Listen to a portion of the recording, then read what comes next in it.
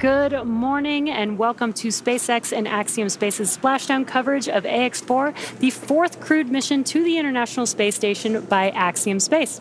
I'm Jesse Anderson, a senior production engineering manager here at SpaceX in Hawthorne, California.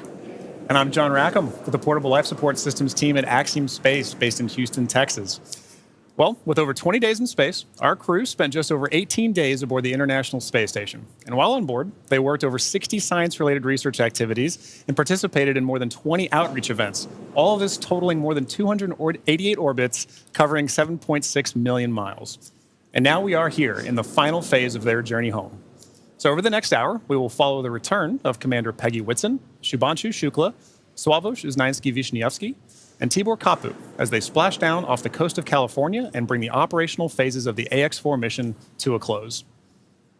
Over the last 22 and a half hours, Dragon has been moving into position for reentry with downhill phasing burns, which are firings of Dragon's Draco thrusters to adjust the spacecraft's orbit in advance of returning to Earth. The spacecraft will use its forward Draco thrusters to perform a deorbit burn, which is expected to last just under 18 minutes and put Dragon on a trajectory to return to Earth. After the deorbit burn completes, Dragon will jettison the trunk. After that, Dragon will close and lock the nose cone in preparation for reentry. And then after re-entry, the drogues will deploy, followed soon after by the 4 main parachutes and then splashdown. And then during re-entry, as Dragon passes back into Earth's atmosphere, we'll have an expected loss of communication, sometimes referred to as LOS, or loss of signal. And this should last approximately 7 minutes. But after we regain communication with Dragon, we'll have a couple minutes before the drogue parachutes that Jesse mentioned earlier deploy. And these are smaller parachutes that are designed to stabilize Dragon and help begin to slow it down. Now, less than a minute after the drogue parachutes deploy, we'll then see the release of the 4 main parachutes. And these are the big orange and white parachutes that further slow down the spacecraft on its return home. So over the course of 3 minutes, the drogues and the mains work together to bring the vehicle's velocity from 350 miles per hour down to just about 15 miles per hour. At which point, Dragon will splash down back on Earth. And when it does, SpaceX knows exactly where Dragon is expected to land, with recovery teams pre-positioned in the area. These teams are trained to quickly make contact with the Dragon spacecraft, secure it, and then hoist it aboard the main recovery vessel. From there, teams will open up the hatch and then help the crew out of Dragon. So coming up next, as we mentioned, is the deorbit burn. This is the last time that the forward Dracos, which are the 4 thrusters located on the top of the vehicle, will ignite. The deorbit burn will place Dragon on a precise trajectory to return to the splashdown zone off the coast of California and last approximately 18 minutes. Yeah, so we have a pretty packed day today, Jesse. Yes. I think other than launch, crew coming home, it's an incredibly dynamic day. Yes. And that's what we're preparing for today, right? Yeah, exactly. We do have some expected times for each one of these events, but as always, some of the times may move by a few minutes. We do expect the deorbit burn to last about 18 minutes, but it could last as long as 24 minutes if needed for this mission. But as those events happen, we will continue to call them out. Exactly right. And on a dynamic day like today, right, as they say, slow is smooth and smooth is fast. So we're going to have a lot to cover today. But much like launch day, we're excited about getting crew home, and we're excited to see, as they land, what we're going to be covering today. Yeah, exactly. We are just about 3 minutes from the expected start of the deorbit burn, and if you look at the bottom middle of your screen, we have a new clock that will be following along with Dragon as it makes its way down to splashdown, so you can follow along with the timelines for today's mission. Which is pretty exciting, because we know this is an overnight mission for us on the Pacific coast, right? So it's going to be a little hard to see visuals sometimes because it'll be dark outside. Yeah. But understanding when crew's coming home is going to be very important also for the crews on the ground that are going to be working to retrieve them, and we'll be covering that a bit more later as well. Exactly. We are expecting splashdown to be approximately 2:31 a.m. Pacific time. And we, again, if you're just now joining us, the deorbit burn is expected to start in a couple of minutes, approximately at 1:37 a.m. Pacific time. That's right.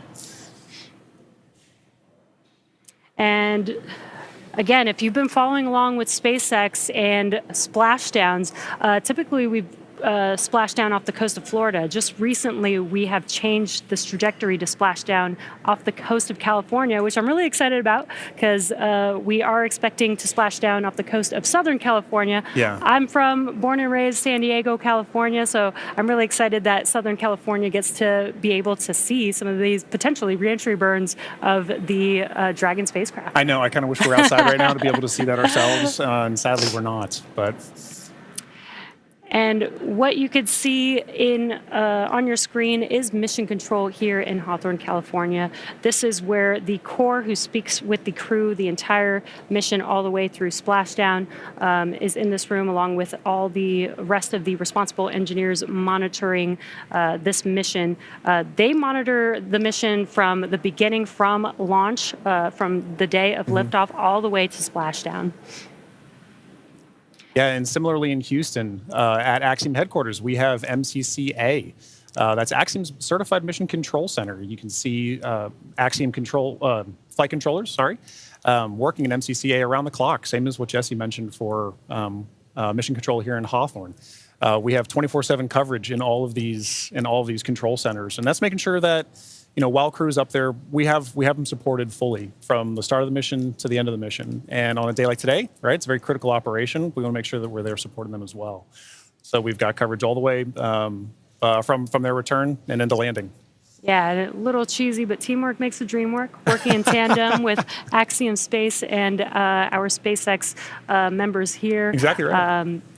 We've got to do it together, and I love that we can work in tandem in each mission control and bring the crew home safely. Exactly right. And both those control centers, like we said, work throughout the mission together. Right, on launch day, we have SpaceX's Mission Control Center here in Hawthorne working with Axiom's Control Center in Houston, as well as NASA's Control Center in Houston at Johnson Space Center, and Kennedy. So we have all of these launch complexes that work together, all these control centers that work together, and that doesn't change throughout the course of the mission. It really does exemplify the teamwork that we have to make missions like Axiom 4 happen, or AX4 happen. And all those flight controllers that we see there, they go through a rigorous amount of training to get to those positions, right? To be able to support crew and to be able to understand what crew's going through so that they know exactly what's going on in that mission in that time frame. Yeah, exactly. And we are still waiting for the deorbit burn or confirmation of the deorbit burn to start. It should be starting any moment now. Again, we're just waiting for the call out. We do expect it to last approximately just under 18 minutes for this deorbit burn for this specific mission. That's right. And if you're just tuning in, after that deorbit burn, we'll then proceed into a few more dynamic operations following that. We'll look to be jettisoning the trunk after we do a CLOS separation. And then from there, we'll move into nose cone deploy and parachute deployment. So, or nose cone closure, and then parachute deployment. So we've got a very full day coming up ahead after this deorbit burn starts. And we did get confirmation that the deorbit burn has begun. Again, it will last approximately 18 minutes, just under 18 minutes. Now, this deorbit burn is the last time those 4 forward Draco thrusters will fire. Dragon has not yet entered Earth's atmosphere. This deorbit burn is what will line the vehicle up and put it on its final trajectory to the landing site and off the coast of Florida today. Right now, our crew are using their screens to keep tabs on the burn duration, Draco thrusters firing, and trajectory details like entry angle, spacecraft perigee, and how much distance remaining until deorbit burn termination. Dragon is flying itself. It is an autonomous vehicle, so all the crew has to do is stay strapped into their seats and keep tabs on things. Enjoy the ride. That's right. Well, to talk a little bit about the AX4 mission, what it is. The AX4 mission has really been remarkable in a number of ways from start to finish. And each of these missions, like we talked about, demonstrate the amount of teamwork that we work on. But they're also iterations on the process of flying to and living on station. And each of these provide more opportunities to understand how we live and work together in low Earth orbit. And this crew has certainly done just that. Yeah, let's take a moment to properly meet and introduce the crew. Yeah. Our mission commander is Peggy Whitson of the United States. And we actually don't have enough time to cover her entire resume because it is incredible. But to give a few highlights, Peggy earned degrees in biology, chemistry, and biochemistry. She was the first female commander of the International Space Station. She has spent over 695 total days in space, during which she logged 60 hours across 10 spacewalks. She is a two-time commander for Axiom Space, having previously served aboard AX-2, and she was just inducted as a member of the 2025 Astronaut Hall of Fame class. And congratulations, Peggy. Pretty That's incredible. And up next is mission pilot Shubhanshu Shukla of India, whose call sign as test pilot is Shooks. Shooks represents the Indian Space Research Organization, or ISRO. And he's also an astronaut designate of India's inaugural human spaceflight effort, Gaganyaan, an Indian-built rocket and spacecraft. He was commissioned into the Indian Air Force Fighter Wing in 2006. He then achieved the rank of Group Captain in 2024 and has over 2,000 hours of flight experience aboard aircraft, including the Sukhoi 30 MKI, MiG-29, Jaguar, Hawk, and Antonov On-32. Pretty impressive resume. And our third crew member is mission specialist Sławosza Uznańskiego-Wiśniewskiego of Poland. He is representing the European Space Agency as a project astronaut coming from the reserve class of 2022, much like Marcus Wand, who served as a mission specialist on AX-3. A scientist by trade, Sławosza has earned his master's degree of science with honors from Łódź University of Technology in 2008, Master of Science from Université de Nantes, and a graduate engineering diploma from Polytech Nantes in the same year. He also spent 2 years as the engineer in charge of the world-famous Large Hadron Collider in Switzerland beginning in 2018. And rounding out this crew, mission specialist Tibor Kapu of Hungary represents the Hungarian to Orbit Astronaut Program, also known as HUNOR. The program aims to send Hungarian astronauts to the International Space Station for scientific research and technological development, as well as to inspire young people. He graduated from the Budapest University of Technology and Economics, earning a degree in mechanical engineering, followed by a master's degree specializing in polymer technologies. In 2023, Tibor emerged as one of 4 Hungarians selected from a pool of 247 candidates for the HUNOR astronaut program. He has invested a notable amount of time in his career focused on space radiation protection while awaiting his acceptance to HUNOR. What an incredible crew. Together, they are the crew of AX-4, Axiom Space's 4th private astronaut mission to the International Space Station. This mission represents the return of spaceflight for 3 nations, but it also highlights the growing opportunities for nations and entities around the world to conduct meaningful work in low Earth orbit.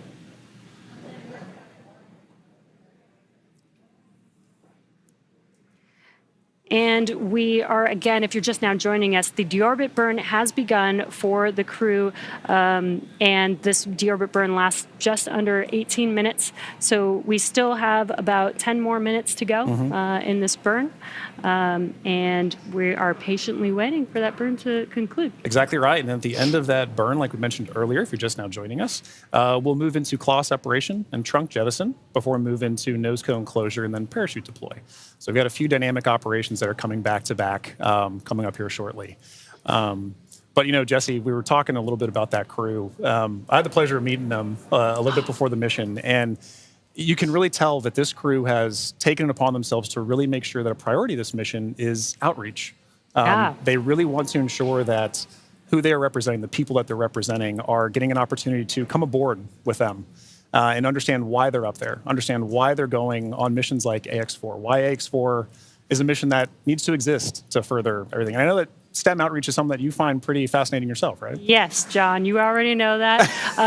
I love outreach. I think it's super important. There's so much technology emerging and growing and advancing, and I think it's super important for the young people to get interested in it while they're young, so they can further explore that interest when they do get older and when they can, go to school or go into a professional field. So I think it's great that this crew specifically did multiple outreach events during this mission. Over 20, I think you said, right? Yeah, and it's one of those things, too, where for a lot of times, this may be these kids' first times getting to understand, like, what goes on the International Space Station? What kind of things can we research in space? You know, I know one thing that kind of resonated with me is, you know, when I got to meet Sławosza, Swav, as he's known by some, especially the crew. His background in microelectronics, right? He's carrying that on his research here today to understand how does space radiation, which is a huge problem to solve, right, for long endurance, for long-term, long-duration spaceflight missions, how are we going to solve the problem of space radiation? And not just for humans, but for electronics. And so for this particular mission, they were, and we'll cover a little bit of this later too, but they were flying some experiments to assess, like, how can we better protect these in orbit? So I think Swav, Tibor, their backgrounds really help kids understand how can I tie my research to the practicalities and understanding of how do we live and work in space. Yeah. You know? And honestly, this is what we do all of this Right. for. This is what Axiom 4 is for, and other missions have been for, is to do that research. I Right. think a lot of people don't realize astronauts are scientists. They are. They are. Doing a lot of experiments. Exactly. First and foremost, the reason we're up there is to understand how are we going to keep doing this? How can we keep doing this? So every mission that we work together, we learn from each other. Every mission that this crew goes on, from AX1 up through AX4 now, we all build on the last mission before it. We've been doing it for years. We're going to continue to be doing this as well. Yeah. So it's really exciting to see them put that emphasis on not just the research, but also the outreach to get the next generation of people to do the next missions. Yeah, I love it. If you're just now joining us, again, there is a clock in the middle of your screen where you can follow along with the timeline of the mission all the way towards Splashdown today. And also in the bottom right-hand corner of your screen, there's a little graphic showing Dragon and its thrusters firing. So while we are not showing some live views at this moment, you can kind of see which thrusters are firing, and there's a lot going on. Yeah. So Dragon is very active right now, but love this new graphic that we have. Really cool to be able to kind of see. You might not be able to always see it live. Yeah. And when we do see it live, I love you can actually see the little bursts of thrust. But in case we don't have any live views, you guys can follow along with that graphic in the bottom right corner. And speaking of live views, excellent pretty perfect timing. inside of Dragon with our commander and pilot there. That is at the front of your screen is Commander Peggy Whitson. And if you're looking right past Peggy Whitson as well, you can see our pilot Shubhanshu Shukla interacting with Dragon's controls there right now. But as you mentioned, Jesse, Dragon is a fully autonomous vehicle on this way home. So kind of tying back to one of the things you mentioned earlier, being able to see the thrusters firing like that really highlights a good point. When we don't have direct camera feeds like what we just saw, we still get vehicle insight. We still get spacecraft insight. When we talked earlier about what the mission control centers are for, that allows us to get telemetry to that vehicle for ground crews to understand what is the vehicle doing, and allows us to share it with everybody here to get insight to the mission. Yeah, very cool. And it is, I love these live views. Yeah. But it's really hard to believe that it's been 5 years since Dragon radically changed how humanity gets to space. After the space shuttle program ended in 2011, NASA astronauts primarily used the Russian Soyuz spacecraft to travel to and from the International Space Station.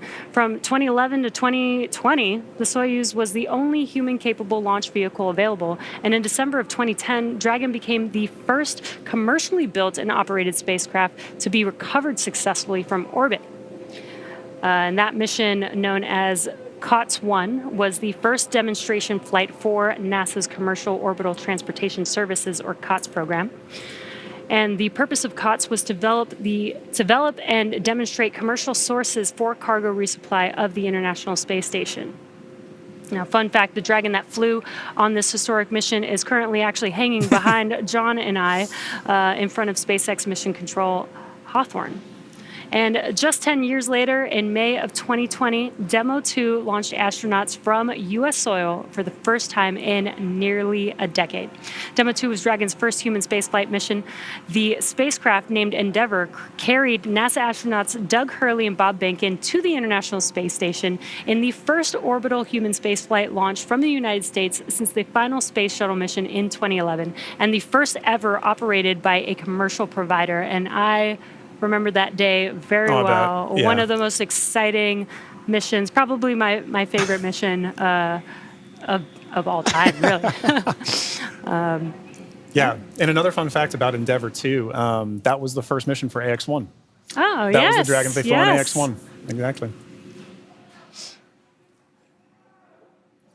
And this is a really cool view. I mentioned the graphic in the bottom right-hand corner, but you could actually see a similar graphic for the crew on board on their displays there. Exactly right. I mean, for crew situational awareness, it's incredibly important. So even though you may not be commanding the vehicle yourself, even though it may be an autonomous flyer, having the insight to your vehicle systems is incredibly important for all crew members, let alone the pilot and the commander. So our commander, Peggy Whitson, and our pilot, Shubhanshu Shukla, are maintaining close situational awareness on the vehicle systems there, like we saw a minute ago, being able to watch thruster firings, understand where they are kind of on their mission home. Yeah, and they are sitting inside of Dragon. They're strapped into their seats, so they can't really see what's going on the outside, but they can hear the sound of the thrusters firing. It may sound a little bit different to them than here on Earth, but it also helps them, as they're monitoring, helps them understand what's happening, what those sounds mean. So again, that they have the full awareness of everything that's happening with the spacecraft. Exactly. Now, alongside the NASA missions, Dragon has also flown several private missions to orbit. In September of 2021, on the Inspiration 4 mission, Dragon became the first private spacecraft to take an all-civilian crew to orbit. And the following year, Dragon flew Axiom Mission 1, the first all-private astronaut mission to the International Space Station in collaboration with Axiom Space. Now, the first of now 4 flights together with Axiom Space to take commercial crews from around the world to the International Space Station. In September of 2024, the Polaris Dawn mission delivered the first commercial spacewalk. And most recently in March, Dragon supported the From-2 and NASA Crew 10 missions. X4 is Dragon's second human spaceflight mission to splashdown off the coast of California after From-2 returned Dragon recovery operations to the West Coast just this past April. And from that first crew mission in May of 2020 to Axiom 4 today, Dragon has supported 18 human spaceflight missions and flown 70 crew members representing 20 countries. Overall, Dragon has flown 53 missions, carrying over 300,000 pounds of cargo to space. In the history of human spaceflight, fewer than 700 people have ever been to orbit. At SpaceX, we want to help create a future where not just hundreds of people, but thousands and ultimately millions of people can travel off Earth to live and work in space and on other planets. Yeah, Jesse, you mentioned basically all that lineage of the Dragon spacecraft, and it's sometimes easy to get lost in the numbers, but it really does highlight how we've built, the same as what we were talking earlier for building on missions, right? We built to get where we are as a space industry with the Dragon flying, and it's allowed us to provide missions like X1 up through X4 together, like you mentioned, but collaboratively. And each of us, it allows each of us to play a role in these missions supporting. And so I always really love the teamwork aspect of this commercial spaceflight endeavor, and I think what you just mentioned there really highlights that. Yeah, and just the exponential growth. It's only been 5 years since SpaceX has been a part of this in history, and it's really cool to see how much we've been able to do. Exactly. And we are about 30 seconds or so away from the expected ending of the deorbit burn, so we should be potentially hearing that call out, but if we don't hear the call out on the nets, we will confirm when that deorbit burn is complete. Exactly. And like we mentioned earlier, while we're waiting on those calls, we're still able to view some of the telemetry and insight to the vehicle that we have too. So once we kind of get some awareness that the vehicle is done doing its deorbit burn, we should shortly hear a call after that. But at that point, it's a good reminder that those calls, the telemetry, it serves as an operational synchronization point for all of us to kind of say, a major dynamic operation has just happened. Now, how are we going to regain the situational awareness to say, okay, everybody's back on the same page so we can continue executing all of the flight procedures that we have. So. Yeah, exactly. And we are awaiting the conclusion of the deorbit burn. And again, after that deorbit burn ends, we'll move into claw separation, trunk separation, or trunk jettison rather. And then we'll move into nose cone closure for the rest of the mission. Yeah. We are just in the beginning of the multiple dynamic events that we have left to bring the AX4 crew safely back home to planet Earth. Exactly. And we do have our recovery ship Shannon waiting patiently in the Pacific Ocean. We do have a targeted splashdown zone, so the crew aboard the recovery vessel is they're waiting, and once they splash down into the water, we'll send a couple fast boats, and then the recovery ship vessel Shannon, will meet the crew, lift the Dragon spacecraft on board to the ship, Right.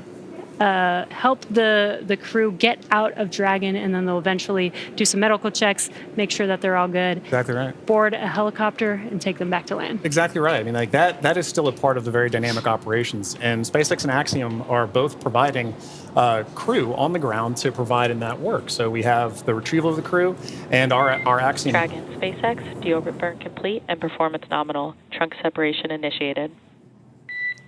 Awesome. Great news. We heard that call out.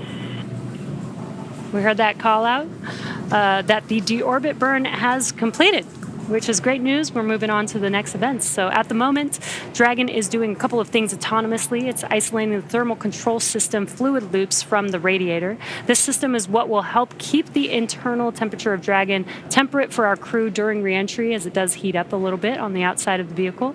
Next up, we are waiting for the claw to separate. The claw connects the trunk to the spacecraft, delivers power, telemetry, and fluids, and claw sep is the first step in trunk separation.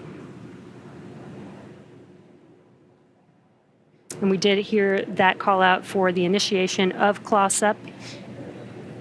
So that event is now in progress. We're waiting for the conclusion of claw separation. Nominal trunk jettison. And all of that just happened. Claw separation as well as trunk jettison. There we go. And it's a good example of the kind of things that we're listening for on this phase of the mission. Really are back to back, and they're structured in a way that are very timelined, very expected. And so while we wait for those call downs, we want to be very cognizant of, is crew checking back in with ground, is ground checking with crew. But once the vehicle hits those certain points and the commands are retrieved, sent, executed, whatever. That we're waiting for those, and we're expecting those. Yeah, and then we do have nose cone closure coming up in just about 3 minutes or so is what we are expecting. And in the background, Dragon is currently inhibiting those forward bulkhead Draco thrusters that we just used to complete the deorbit burn, ensuring it's safe to latch the nose cone shut for reentry. Also, the vehicle has initiated the nitrox suit purge. This will help keep the crew cool and comfortable during reentry, and which again is coming up in a few minutes, that nose cone closure in just about a couple minutes. Now at this point, the nose cone is preparing for closure. That's right. Yeah. And now for those of you just joining us, we are, as Jess just mentioned, we are in the phase of flight where we've now gotten good confirmation that the claw has separated, that the claw has retracted, and that the trunk has been jettisoned. And we're waiting for that nose cone to close. And a minute ago, we had good visuals inside the vehicle showing our commander, Peggy Whitson, and our pilot, Shubhanshu Shukla, engaging with those controls for the vehicle to maintain insight understand where the vehicle is at this moment in time. And what you're seeing on your screen is a map of where Dragon is above the Earth. And again, it's making its way over, it's going to make its way over the Pacific Ocean to splash down off the coast of California. And you can actually see how close it is passing by the International Space Station there, which is pretty cool. Yeah. Again, it's amazing being able to actually maintain the kind of awareness we have on this, right? As you know, last night when we were tracking undocking, kind of understanding where Dragon is relative to station with regards to things like the keep out sphere. It can be easy on a day like Splashdown when we're not talking about from undocking from the space station, to still be able to maintain awareness of where we are relative to it. I think in our orbit is fascinating. Again, we are waiting nose cone closure. And if you've been following along SpaceX, reusability is extremely important to us. That is what nose cone closure is for. In previous Dragon designs, we used to jettison the nose cone, but being able to close the nose cone allows us to just reuse it. We actually don't necessarily need it on the re-entry, but it does protect the forward of the Dragon spacecraft during ascent, during launch, basically. That's right. Yeah, and being able to reuse that, I think, is an incredibly important aspect of what we're trying to do as we advance these missions, right? You take every mission and you learn from it, and you say, what can I do next with it? And so being able to now close your nose cone and keep the vehicle for next time is pretty important. Makes reusability and preparing for the next mission very easy. Exactly. But you're right. Now, once we're closing that nose cone, we have to make sure that there's no more Draco firings that are happening, because once those Draco firings are done, we can then safely close the nose cone and prepare it for re-entry. Again, we are waiting for nose cone closure, and it is expected to be fully closed any moment now, so we are just waiting for that confirmation.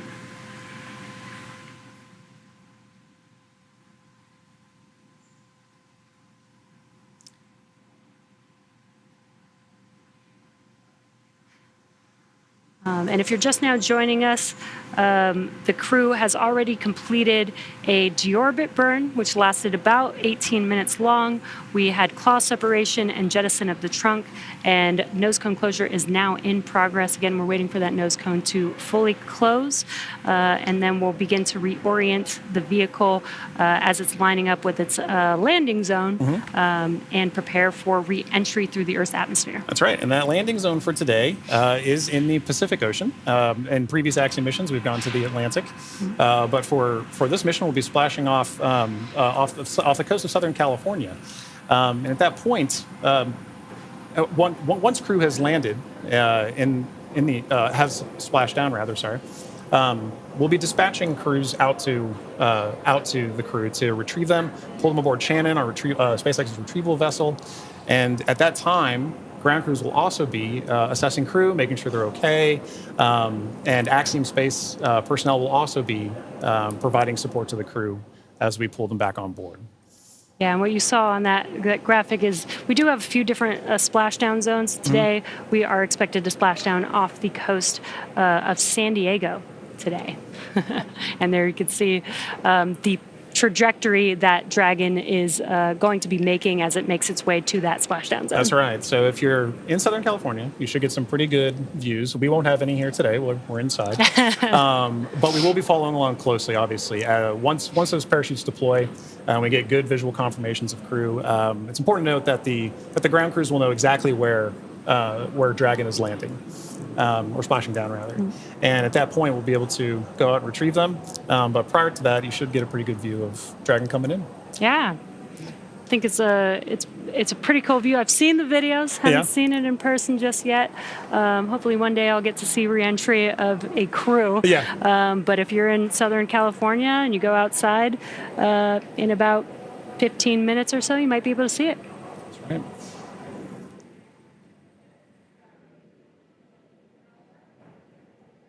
Now, we do expect that the nose cone is fully closed at this point, but just waiting for confirmation of that closure. Exactly.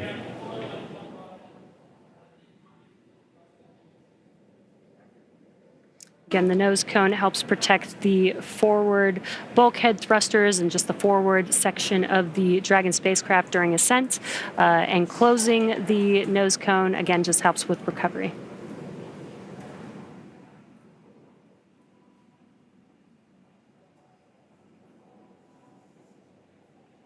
So far, we've had a pretty smooth return home. Yeah. The crew undocked from the International Space Station yesterday at 4:15 a.m. Pacific time. They spent 22 and a half hours coasting, doing a few more orbits in space before they come back down to planet Earth. And we're just under 30 minutes from them splashing down. And again, we have this new clock on your screen, in the middle of your screen, where you see that countdown to splashdown, which I love, because now you can see there's about 26 minutes before we expect them to splash down in the Pacific Ocean off the coast of San Diego today. Yeah, I think having the countdown really helps bring home that they're almost here. It is time for the AX4 mission to come to a close, but this is just the dynamic phase of the missions that's coming to a close. There's so Dragon, SpaceX, nose cone secured for entry. Dragon copy, nose cone secured. And great call out there. Yep. The nose cone is now fully closed, ready Excellent for reentry. confirmation. And what you're seeing on your screen is the core, the crew operations and resources engineer. That's who was talking with the AX4 crew just now. Right. Now, once it's time for our crew to splash down back on planet Earth, they'll be heading to one of several targeted sites supported by SpaceX. Until recently, Dragon recoveries primarily occurred off the coast of Florida. This year, SpaceX moved Dragon recovery operations off the coast of California to allow Dragon to complete its deorbit before safely jettisoning the trunk over the Pacific Ocean. AX4 will be SpaceX's second crew mission to splash down in one of the new locations. From 2 was the first in April earlier this year. The new splashdown locations are near Los Angeles, Oceanside, and San Diego. And spreading the supported sites across multiple locations helps to maximize the return opportunities for this mission and future crews, lowering the chance that we'll have to wave off due to bad weather. So our fully equipped recovery vessel Shannon is stationed in Long Beach, California, and is currently standing by to support splashdown today. That's right. And like you said earlier, we'll be expecting to have that splashdown right off the coast of San Diego, as you can see on your graphic there. So we take into account many different variables, including what landing sites have favorable weather. And SpaceX teams have selected the primary landing site, as we just mentioned, as San Diego. Now, there are a number of weather-related items that play into splashdown and recovery operations. Some of the more obvious factors that impact operations are rain or chance of lightning in the recovery zone, both for the safety of the crew inside, obviously, but also for the recovery teams, as we've discussed, on the water. So we're looking for wind speeds that are less than 15 feet per second, or about 10 miles per hour, and relatively calm seas so that we can safely execute recovery operations. And these recovery operations include a lot, right? It's landing a helicopter on the recovery ship to fly our crew back to shore, but it's also pulling the Dragon spacecraft into Shannon, the recovery vehicle. Yeah, and as we've been mentioning, there are a number of variables and criteria that come into play, and they all help ensure safety of both the crew and the recovery teams. But weather conditions today are looking great in Southern California near San Diego, and for these operations, SpaceX closely coordinates with the United States Coast Guard to establish a safety zone to ensure public safety and for the safety of those involved in the recovery operations, as well as the crew on board the returning spacecraft. Now, multiple notices are issued to the mariners in advance, and during recovery operations, and Coast Guard patrol boats are deployed to discourage boaters from entering the splashdown zones.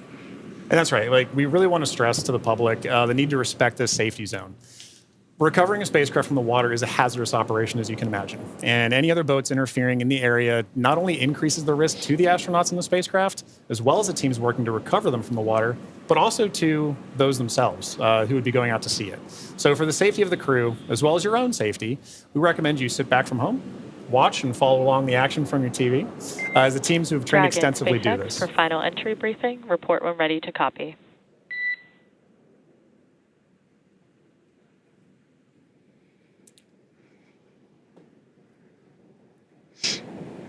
Dragon's ready to copy.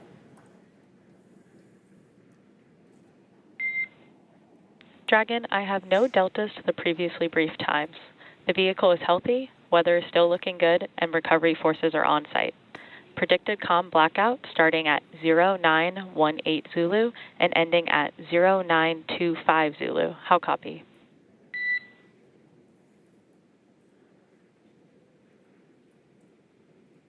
No deltas to the timeline. Everything's healthy and weather looks good. 0918 to 0925 for the COM blackout. That's a good readback, Dragon. And with that, I'll be looking for you to verify that tablets are secure, visors are down, and restraints are tightened no later than 150 kilometers. Dragon copy. Welcome.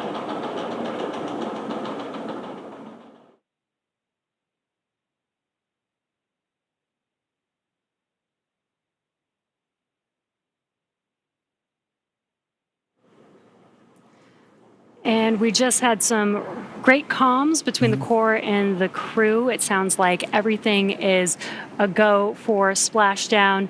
We are expecting the blackout period to begin at 2:18 a.m. Pacific time. That lasts about 6 minutes, completely expected. We will lose comms with the spacecraft as the vehicle heats up with plasma around it, but we do expect them to pass through that in about 6 minutes and regain comms after that. So really exciting, about 21 minutes away from Splashdown. And as you might imagine, astronaut training can be extensive, from training that is specific to each crew member's role to learning SpaceX protocols, space station systems, and preparing for the science and outreach activities that they'll be conducting in space. Private astronaut training is rigorous. In addition to the training in the field like they do through NOLS, or NOLS, the Axiom 4 crew spent about 35 days training inside of Dragon. Now, to prepare them for flight, our teams at SpaceX spent the last several months teaching the crew about orbital mechanics and how to live in microgravity. While this was more of a review for Peggy Whitson, for the rest of the crew, this was their first time flying on Dragon. The training program includes nearly 100 different lessons covering all aspects of the flight. The crew spent time inside of our Dragon training spacecraft to run simulations of ascent, the International Space Station rendezvous, and re-entry. And they also spent time at the launch pad in our suit-up room and working through emergency procedures that would be necessary in the unlikely event of a pad abort scenario. And beyond those critical trainings from SpaceX for the ascent return phases of the mission, Axiom Space has facilitated a host of efforts over the last 10 months to ensure that the crew and all of those who support them, like ground operations, mission control, flight controllers, are all ready for the mission while on board station. And kicking off efforts for that training at Axiom headquarters in August of 2024, the AX4 crew immediately began to familiarize themselves with the range of teams and systems that they would need to become proficient with in order to succeed. From selecting the food that they would eat and learning how to prepare it with the food warming and hydration racks on orbit, to understanding the tools and systems available to them throughout the International Space Station. Every small detail is critical to mission success. So in Building 9 at Johnson Space Center, the crews learned and rehearsed routine operations, medical procedures, emergency situations, and media exercises. All of this built up to full-scale simulations that were then run in coordination with ground teams at Johnson and around the world. And as the name of the International Space Station suggests, specific modules are owned and operated by different nations. The crew traveled to Germany to earn their certification of these systems in the European module known as Columbus. As an ESA project astronaut, Sławosza had additional trainings at the European Astronaut Center. The crew then traveled to Japan to learn the systems of the Japanese experiment module, also known as Kibo. With hands-on training that culminated in a round of testing, the crew became certified to use the systems of Kibo for their flight. And beyond the specific requirements of each space station module, the crew also participated in a range of efforts that would bond them into a crew and ensure that they were physically and mentally prepared for any mission scenario. So this included a week of training with the National Outdoor Leadership School, or NOLS, where the crew faced a week of kayaking against heavy winds. It also included a day in an altitude chamber to experience how their body reacts to different oxygen levels, and even included an underwater helicopter escape training simulation. SpaceX Dragon crew has tablets secured, restraints tightened, and visors down. SpaceX copies. Crew are configured for entry. 5 minutes until predicted comm blackout. We'll see you on the other side at 0925 Zulu. Copy 09250 on the other side of the blackout. Okay, and good comms there from crew that they are ready and configured for their return time. And, you know, an aspect of that is to wrap up our discussion about training. That's a major training point for crew, understanding how their return phase is going to look so that they know, let's go ahead and call ground and let them know that we're ready for maintaining it. So training really is at the heart of any successful mission. You plan, you train, you fly in that order. Yeah, exactly. Training prepares every astronaut, even those very experienced like Peggy Whitson, and she also did retraining with the AX4 crew. It's important for the crew to train together. But this prepares them for any phase, any potential scenario in their mission. Exactly right. You know, and missions like this are important milestones for everyone involved, from the crew members who fly to those that they represent, to the host of scientists and engineers around the world who have an opportunity for their research or their technology to be tested in microgravity. Everyone learns from these missions. And for Axiom Space, this is at the heart of why we do these missions. We're building opportunities for others to advance what is possible and expand what is known. And we want to enable every human everywhere to take part in this. Now, after a beautiful launch on June 25th, the AX4 crew docked with the International Space Station a little over a day later, opening the hatch and greeting the Expedition 73 crew on June 26th. The crew shared some good words and a welcoming ceremony, and an astronaut pinning that we don't have there, but did happen, before quickly getting to work on their extensive itinerary. Each crew member brought with them a host of research, technology demonstrations, and outreach objectives, ranging from human physiology to space radiation impact studies, and even some gardening while they were up there. So this crew maintained a very full timeline, but they prepared for this, part of their training. Each crew member wanted to ensure that every minute of this mission was utilized and that all of their objectives were hit. So Peggy, Shooks, Suave, and Tibor were ready to work with their time on board. Over the course of 18 days on board the station, they accomplished over 60 research activities, as well as more than 20 outreach events. But as their time on station came to a close, the AX-4 crew participated in a brief farewell ceremony where they said their goodbyes to the Expedition 73 crew. And now for more details on the incredible work performed by this crew on orbit, check out axiomspace.com to see more. Yeah, I love that this crew did so much outreach. 20 events in 18 days is pretty remarkable. Yeah, it's so pretty very impressive. impressed. Plus the 60 experiments on top of that. So I mean, and as we discussed earlier, it was a huge priority for them to be able to conduct those outreach events for the people of their countries who may not have had a chance to talk to an astronaut, to understand why are we going to space. Now they have a better understanding of that. And like you mentioned earlier, it's get them started young. Let them understand the passion of it. I know that my nieces, my nephew, right, they're excited about space. Yeah. They want to be involved in space too. So I can only imagine getting a call from Tibor, getting a call from Suave, and understanding, what are we doing up there? Oh, that would be so awesome. Yeah. Now, we are expecting that blackout period coming up here in just about a couple of minutes. Now, this blackout period, this is when the Dragon spacecraft re-enters back into the Earth's atmosphere. What's going to happen is there's going to be a lot of plasma buildup as it's getting more through the atmosphere. And that plasma is getting to about 3,500 degrees Fahrenheit, building up around the spacecraft. So we will be losing comms. This is expected. Today we're expecting it to last about 6 to 7 minutes, and then we'll regain comms. And you'll probably hear the core after the expected blackout period time has ended. Make some comms, some calls to the crew until they regain the comms and get confirmation from the crew that they can communicate with each other. That's exactly right. You bring up a good point. An expected loss of comm, or sometimes you'll hear loss of signal, or LOS. It's an expected part of spaceflight. It is planned for. They are predictable, and mission operators or flight controllers work through that to understand when are we going to be able to have and maintain communications with the vehicle, communications with crew, and that can happen at any time during the spaceflight. So for this 5 minutes, right, based on the physics you discussed of the vehicle heating up, it's going to happen, and ground crews can predict for that and work around it. But it's a good reminder that we're waiting for those verbal cues, not just visual cues that we'll get. We've been able to see some visual cues today of crew in their suits, but also be looking for visual cues later, right? Good parachute deploy. We're also listening though for good verbal cues. So we heard a minute ago, Commander Peggy Whitson was calling down saying that crew is in a good configuration for us to go into this period of no comms. Yeah, and we do expect that blackout period has probably begun at this point. That's and right. Speaking of visual cues, I've had the opportunity to talk to some of the astronauts that have flown on our Dragon spacecraft, and they've said it's kind of one of the most spectacular sights they've seen. Really? With different, they said it looks like sparks outside of the window, but with multiple different colors, multiple different looks of what that plasma heating up around the vehicle looks like. So they should be experiencing that right now. The AX-4 crew still inside of the Dragon spacecraft. Again, this blackout period will last approximately 6 to 7 minutes. And again, we won't hear any comms throughout this period until the expected blackout time is complete, and then we'll start hearing comms from the core calling out to the crew. That's right. As we begin the second half of entry, Dragon is now beginning to flush nitrox into the cabin and continuing to top off the AX-4 crew's suits with cool air.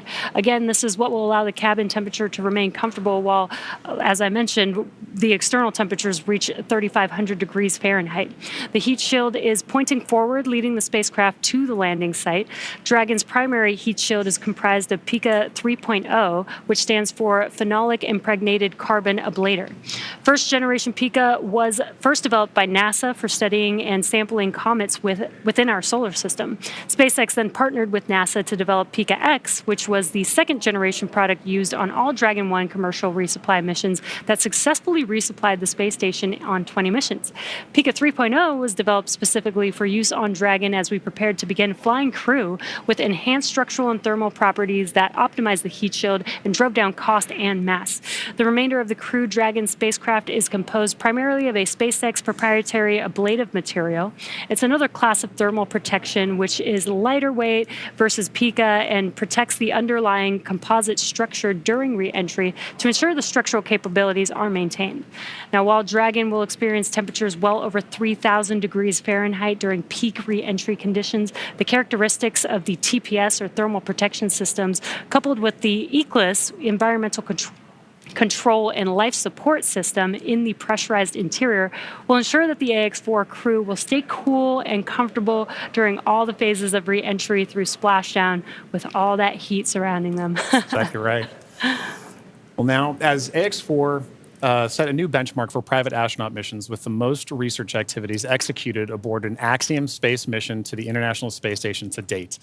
With over 60 experiments representing 31 countries, the mission showcased the growing global interest in leveraging low Earth orbit for scientific discovery. The research portfolio included 8 technology demonstrations, 12 life science investigations, and 27 research projects. And this research spanned a wide range of disciplines, from cancer biology to regenerative medicine to even artificial intelligence, agriculture, and materials science. And this further demonstrates how low Earth orbit is a platform for innovation. Now, many of these studies were designed to address challenges both in space and on Earth, such as improving disease modeling, enhancing food security, and developing smarter autonomous systems. Now, the scale and diversity of the AX4 research portfolio reflect a shift toward more collaborative science on orbit together, positioning commercial astronaut missions as catalysts for advancing knowledge and solving real-world problems. You know, Jesse, I think this is one of the most important things about a mission like this, is it allows us an opportunity to understand we have a number of problems that we're trying to address on Earth, and it is a unique opportunity to be able to go to low Earth orbit and understand some of the key aspects of that kind of research. And missions like AX4 really allow for those kind of problems to continue to have momentum behind them to be solved. The International Space Station has been tackling so many of these problems for over 2 decades now. Yeah. And that research needs to continue. It needs to keep going. I think a lot of people don't realize that some of the stuff that we have that seem very simple and common to us here on Earth actually sometimes come from the research that happens in space. Exactly right. Exactly right. One of the things we were talking about earlier is a major aspect of long-duration spaceflight is the radiation impacts. And I know for me personally, I thought one of the really interesting research topics or research experiments that was being conducted on orbit for AX4 was looking at what are the different materials and properties that we can use to protect against space radiation.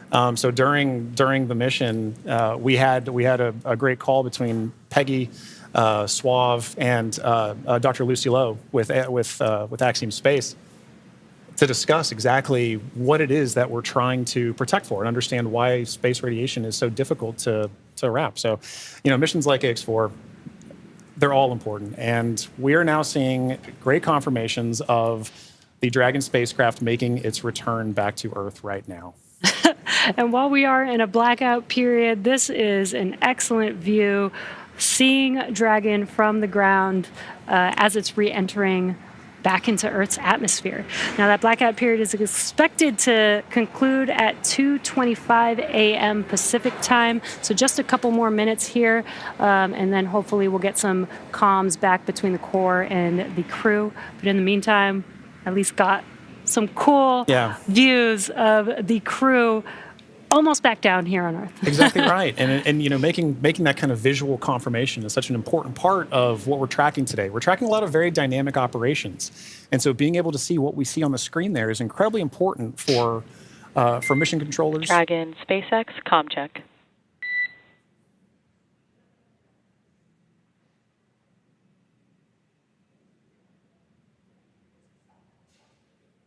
Again, we may not hear the crew until they do get those comms back, that acquisition of signal. Dragon, SpaceX, comm check.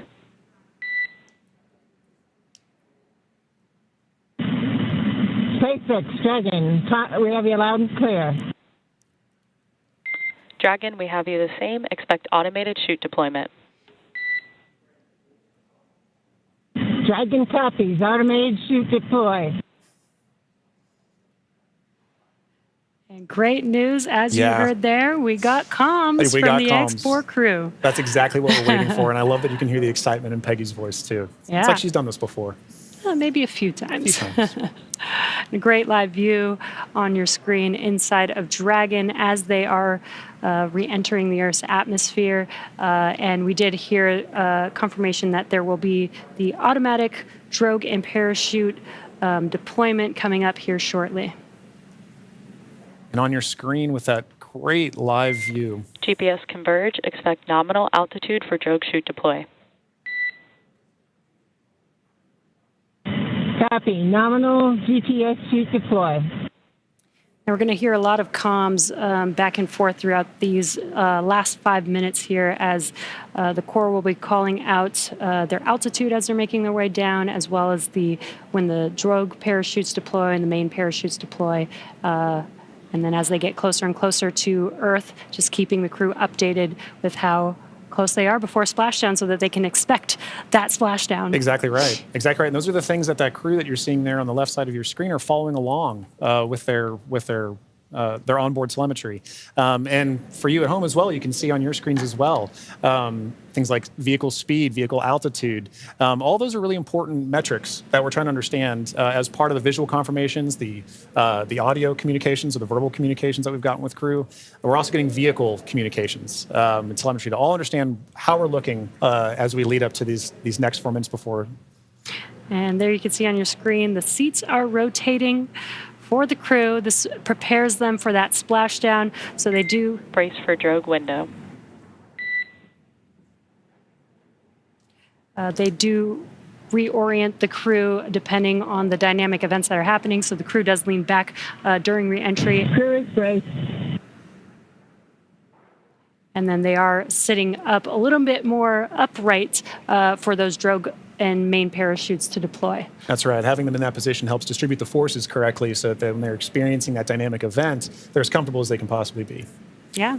We're now waiting for confirmation that the Dragon's chutes have deployed, coming up here just in under a minute or so. Just prior to the deployment of the initial drogue chutes, Dragon automatically safes the propulsion system. Dragon then deploys its drogue parachutes to stabilize and decelerate the vehicle. Then just before drogue deployment, seats automatically rotate to 26 degrees, which we just saw there, to keep the crew within acceptable G limits for entry and landing. And excellent view. Great view. Drogue parachutes are deployed.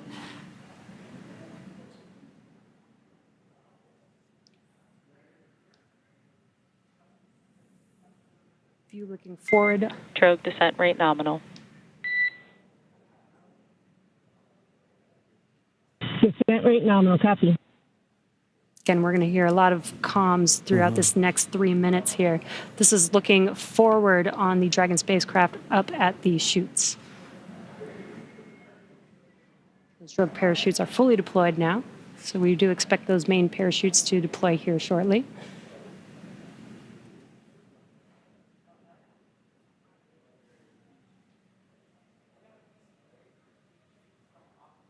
If you're just joining us, we have now confirmed that the AX4 crew on their return home is roughly 2.5 minutes out from splashdown, and our main chutes have deployed. Main chute descent rate nominal. Copy. Main chute descent rate nominal, 1,000 meters for Dragon. We copy 1,000 meters. Great visual confirmation, as well as those comms that the 4 main parachutes have deployed. Again, we are going to be slowing down the vehicle from 350 miles per hour all the way down to just about 15, 16 miles per hour by the time that the vehicle touches down and splashes down into the ocean. Exactly right. You mentioned these beautiful visual confirmations that we're getting. An important aspect of today's specific splashdown is that it's occurring at night. SpaceX Dragon 800. Copy 800 meters.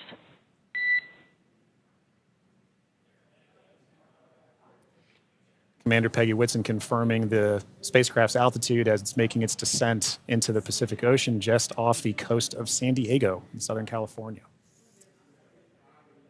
Yes, love that it's coming off the coast of my hometown. 600 meters. 600 meters. And at 600 meters, we're just under a minute before that expected splashdown. The landing in water is a lot simpler and more reliable. Provides a little bit of margin against unlikely parachute issues. We did have to learn how to make Dragon waterproof as we are splashing down into the ocean. But SpaceX copies 400 meters. Reminder to brace for splashdown.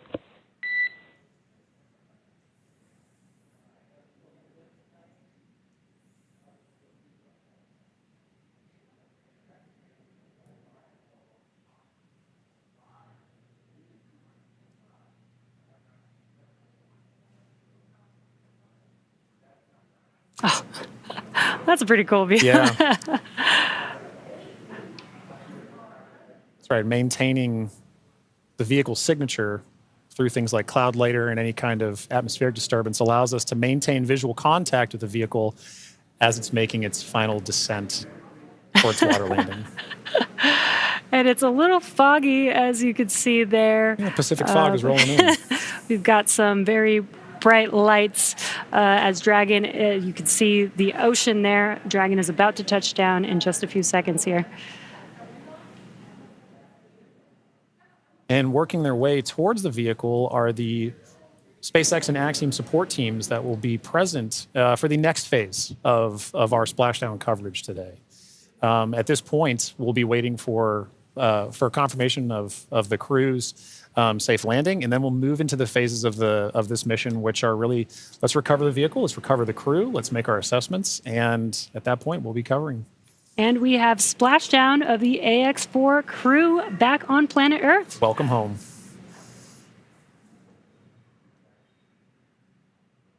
SpaceX Dragon splashdown. We are in Stable 1.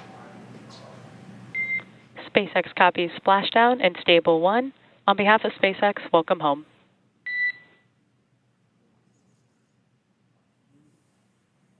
And thanks for the great ride and the safe trip, and Grace is happy to be back. We are happy to have you back home safely as well.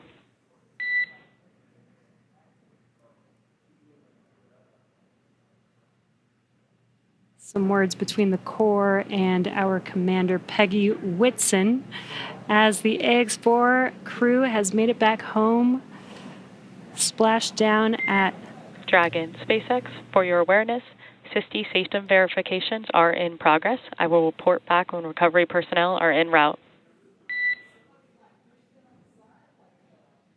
Dragon.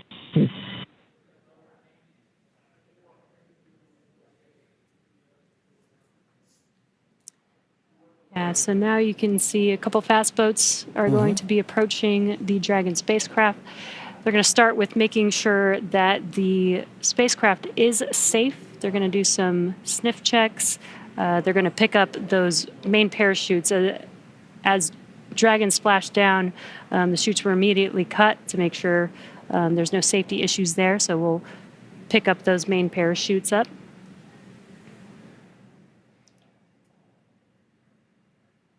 Once the crew deems that the spacecraft is safe, then our recovery vessel, Shannon, can begin to approach and begin the recovery process. So we are now eagerly waiting on recovery of our Dragon spacecraft with the AX-4 crew. Dragon has already autonomously completed several steps to save itself following splashdown. So for those of you just joining us, the return of AX-4 has gone smoothly so far, and we just got great confirmation that crew has splashed down. So Dragon successfully re-entered the Earth's atmosphere, followed by deployment of its parachutes to slow the spacecraft down to a gentle 15 miles per hour. And at that point, they successfully splashed down in the Pacific Ocean at 2:31 a.m. Pacific time, off the coast of Southern California. So at this point, like you mentioned, Jesse, we are just waiting for Dragon's recovery of that from Shannon. Yeah, upon detection of landing, Dragon automatically releases the main parachutes to prevent wind from pulling the spacecraft.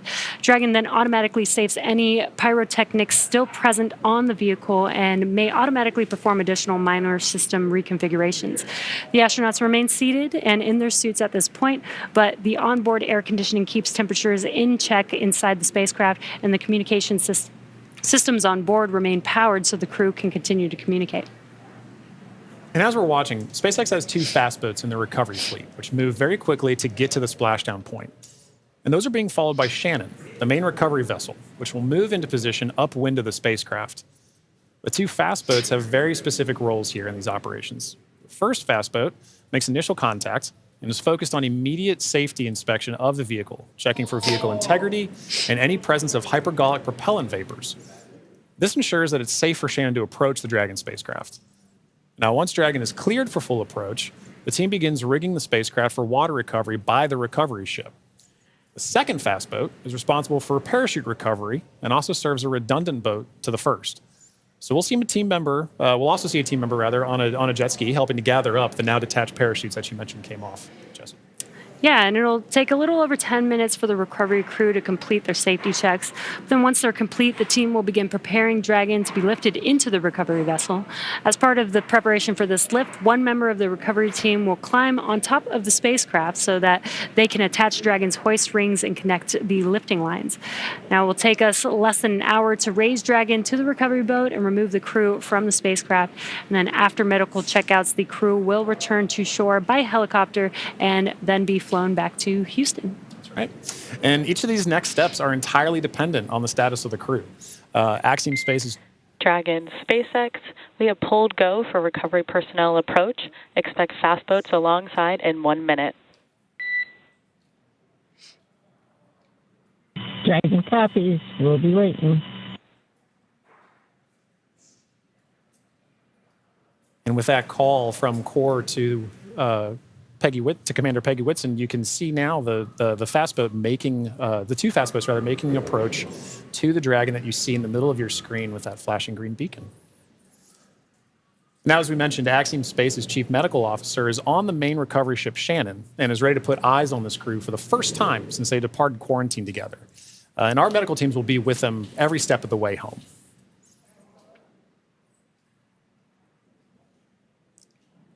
It is nighttime, so we do have this infrared camera to help us see a little bit more clearly. That's the Dragon spacecraft in the middle of your screen there.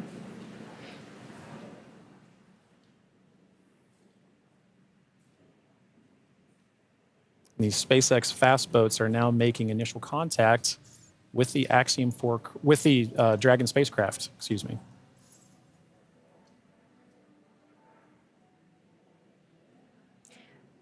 You can also see the red and green lights on Dragon, just similar to starboard and port on a ship. We have that for nights like this where it's a little bit harder to see the orientation of the vehicle, so those red and green lights help us understand which side of the vehicle and orientation that we are approaching.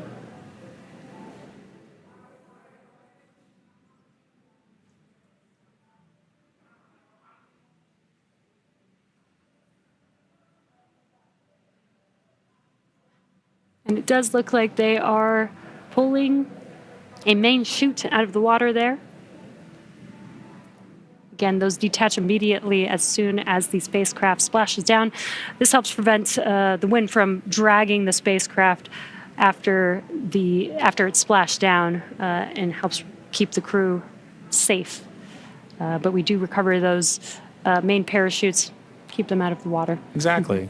And as we just discussed, each of these fast boats has a very specific role that they play. That is all part of, again, the ground operations that support the retrieval and recovery of the spacecraft, as well as the X4 crew. So all of these are part of the ground training that's required in order to pull off those operations safely and successfully. So even though we're having, splashdown at night, right, we're able to ensure that we're executing smoothly, but executing successfully.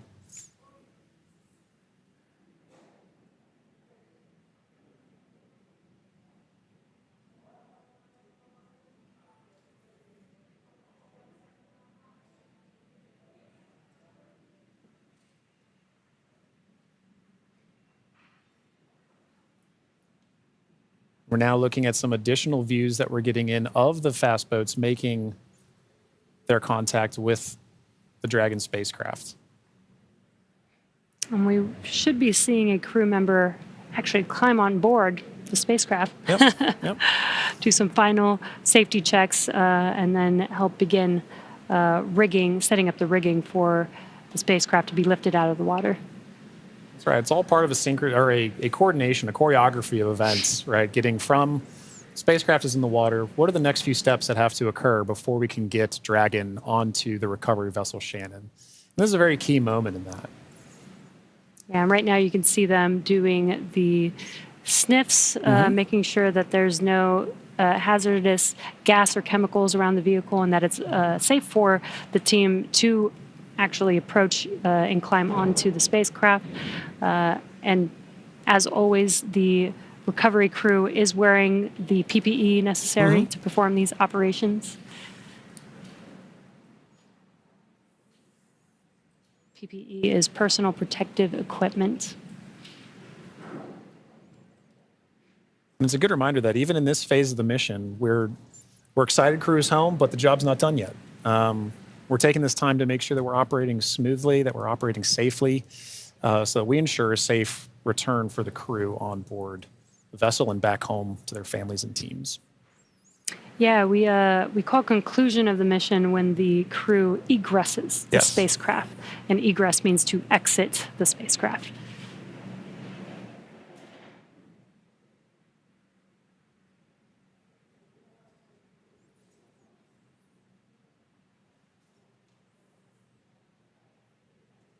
Got some calm waters there, which is great. Yes, exactly what we're looking for. Southern California, southern Pacific Ocean, as we splash down off the coast of San Diego today. Dragon, SpaceX, hypergol sweeps, and unfired ordnance checks are nominal. Rigging is in progress. Approximately 5 minutes until capsule lift. We have SpaceX flight surgeon standing by. Please confirm crew are ready for post-splashdown PMC. Dragon copy go, and we are ready for post-PMC. Copy that, Dragon. The next call you hear will be from flight surgeon on Dragon to ground privatized.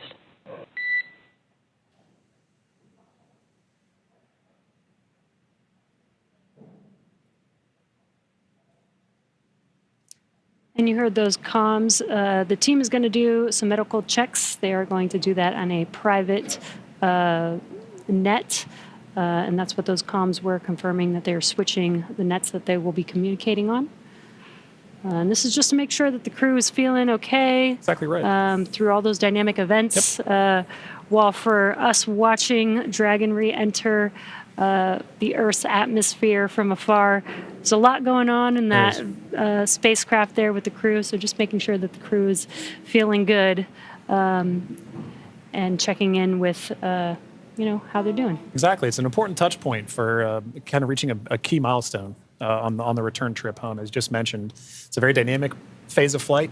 And those private medical conferences, or PMCs, with a SpaceX flight surgeon really allow ground teams to be able to make an initial assessment of crew while the team is also the ground teams outside are continuing to work that rigging. They mentioned it take about 25 minutes for crew to rig and then hoist the Dragon spacecraft into the recovery vessel. So while those operations are happening, crew will also be talking with ground medical personnel just to get an understanding of, hey, how's everybody doing? How are you looking forward to it? Yeah. And they did confirm that the vehicle was safe to approach. They did some hypergol checks. And they also checked the thrusters that did not fire to make sure that there are no leaks from those thrusters. We do have Super Dracos on the vehicle in case of an abort emergency during ascent. We did not need those thrusters on this mission. And again, they are only used for the ascent portion, but we do want to make sure that throughout the mission, as the Dragon spacecraft was docked to the International Space Station for 18 days, that everything is still good and safe, again, to complete these final recovery operations.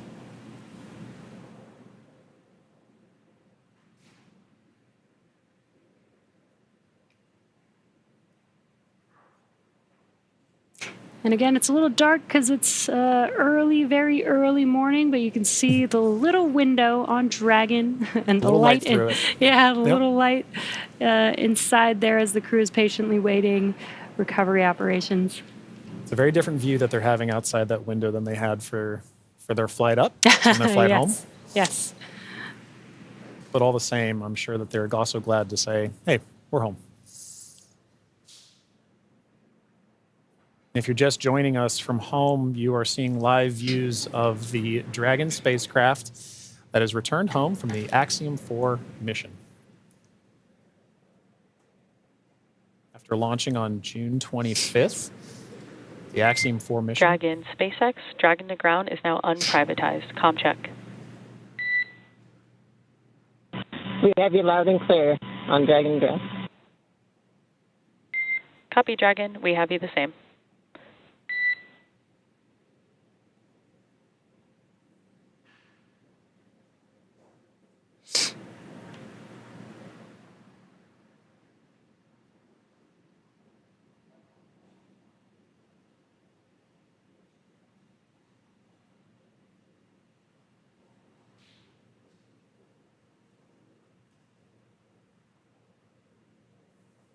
You can now see on the screen SpaceX support personnel beginning the rigging procedures to ensure that the Dragon spacecraft is rigged. SpaceX, be advised, we're going to step into transitioning the forward link.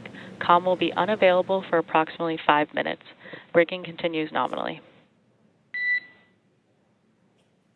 Dragon copies, 5 minutes. LOS.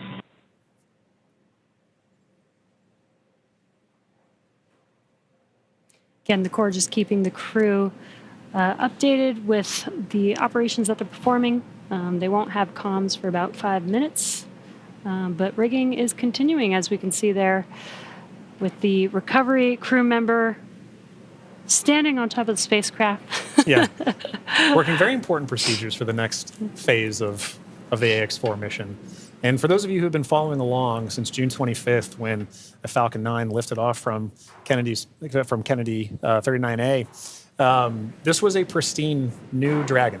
That crew had the privilege and the pleasure of naming Grace. And now that it's gone through its first mission and landed back safely in the Pacific Ocean, you can see exactly what the spacecraft goes through on its return home, but very much a sign of a successful mission.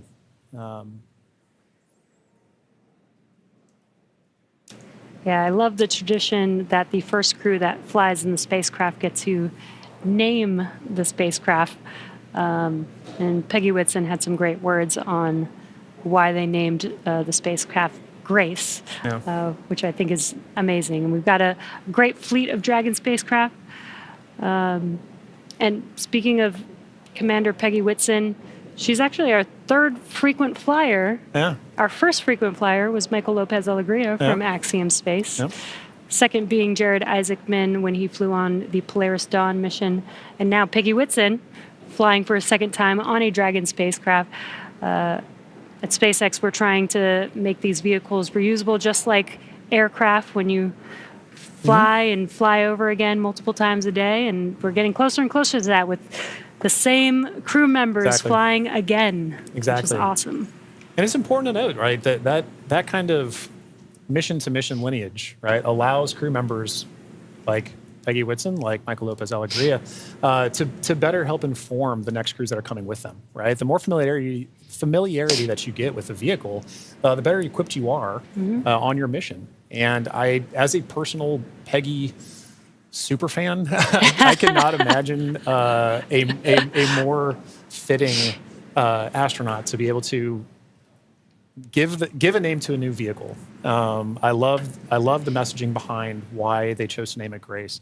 And to your point, Jesse, about the frequent flyers, I loved that during launch we could see I don't know if it's a new tradition potentially, but we got to see some boarding passes that SpaceX provided to the AX-4 crew, and because of her frequent flyer status, Peggy Whitson got a gold boarding pass, and I absolutely adore that she was able to have that distinction. Yes, just add it to her resume. Yeah, you can add it to the resume. SpaceX frequent flyer.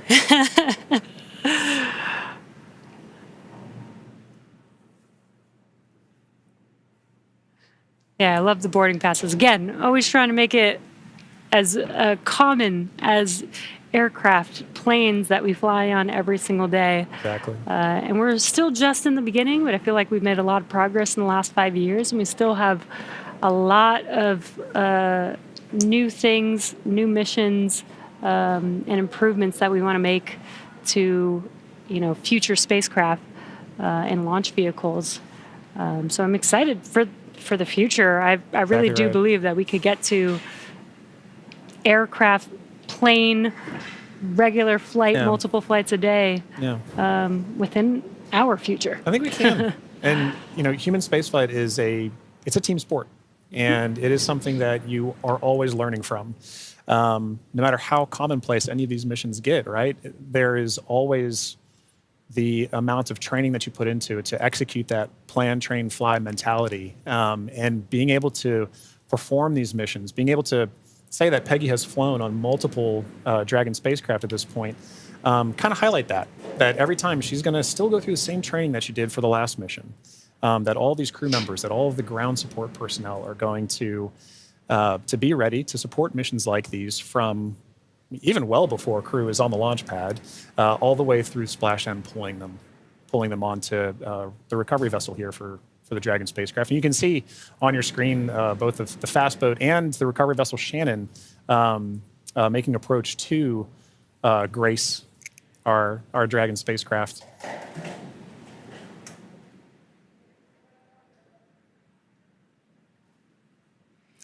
There you could see what we call the Dragon nest. When the spacecraft is lifted up out of the water, it's going to seat into that ring that you see there at the end of the recovery vessel there.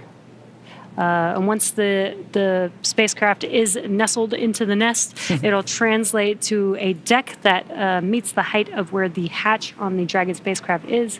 That'll enable the crew to egress or exit the spacecraft easily onto a platform in the recovery vessel. And talking about the crew, Jesse, we've mentioned this idea of this kind of understanding the aspects of spaceflight, as mentioned earlier, being able to do STEM engagement on the mission, but also being able to spend time and honestly, your crew commander being somebody like Peggy Whitson, for Shooks and Swav and Tibor to be able to take that knowledge back to their respective space agencies and to their countries is a huge step forward for what you just mentioned earlier about making sure that that human spaceflight as a team sport continues for everybody to understand what's going on, because now Shooks and Swav and Tibor have a very important distinction, and they now have a very unique perspective on what it takes for a human spaceflight mission to occur. as first time astronauts, they're going to take back all that knowledge from their time on the International Space Station and be able to make huge impacts with their space agencies and their countries. Yeah, I'm sure they learned a lot from Peggy Whitson, but also the other crew members that are currently on board the International Space Station. They got to interact with so many different people with diverse skills. Exactly. And 18 days is quite a long time in space. It is. So it's a good amount of time. I believe this is the longest duration for an Axiom space mission so far. That's right. We heard a lot of those kind of sentiments shared between the AX-4 crew and the Expedition 73 crew currently on the International Space Station during their farewell ceremony, during their undocking last night. It really kind of underscored the aspect of once you're up there, once that hatch is open, it's all one team. Mm-hmm. It is. Like we keep saying, it's a team sport, but once they were in there integrating with the Expedition 73 crew, that AX-4 crew was learning so much more. And it was highlighted in everything that they were able to execute, right? We mentioned earlier over 60 research projects, over 20 STEM engagements, outreach events. Over 18 days, that's an incredible amount of time packed into their timeline, just coupled with sleeping, sleeping and being there, and also, but also like the aspects that they're not timeline, but engaging with the crew, sharing cultural touch points, understanding each other, getting to learn each other. And they did have the benefit of getting to meet this Expedition 73 crew before their flight. So by the time they were opening that hatch, they kind of knew each other. And I think it's an incredible aspect of this mission for sure. That's so awesome. Yeah. I wonder what their comms were. I'll meet you in space. Exactly right.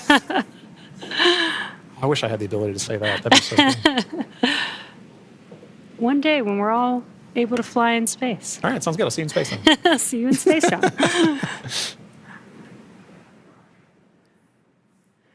Looks like we're getting closer. They are pulling the spacecraft towards the recovery vessel. Looks like we're rigged up, and you can see the hydraulic lift moving forward and down. And then it will begin to lift the spacecraft out of the water and again into that Dragon nest that you see there on the recovery vessel.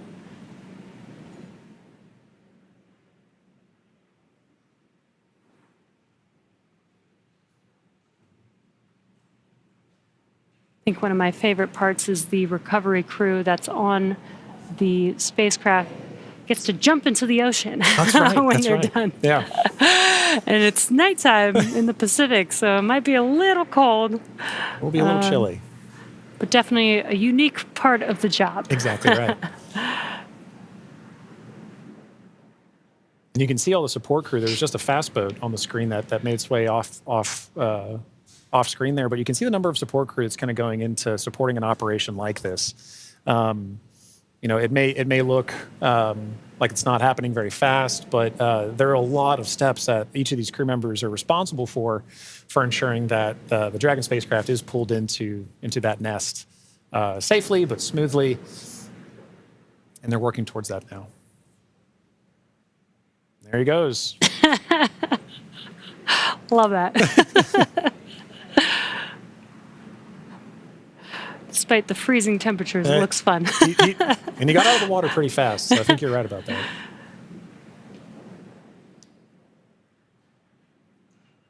All right. Looks like lift is about to begin.